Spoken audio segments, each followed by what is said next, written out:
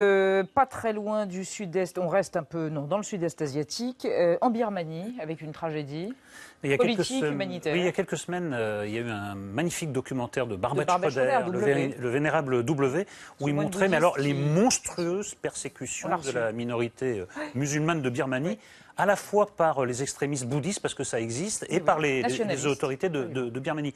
Alors, le monde s'émeut, mais très très lentement, pour une raison, malheureusement, que je crois être la bonne, c'est que quand le persécuté est de confession musulmane, ben, les gens s'en foutent. Voilà. S'il n'est pas de confession musulmane, ça émeut davantage. Donc ça ne devrait pas être comme ça.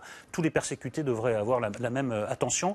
Et ce qui est le plus consternant dans l'histoire, c'est que ça ressemble beaucoup à un génocide et que le chef d'État en Birmanie, c'est Aung San Suu Kyi, qui, elle, a subi la persécution de la paix, je crois bien, et qui sait ce que c'est que d'être très silencieuse. Non, mais elle est complice. Elle est complice, puisqu'elle pourrait intervenir, en tout cas, calmer un peu les militaires. Mais c'est un génocide qui est en train de se produire sous nos yeux. Ça dure depuis des années.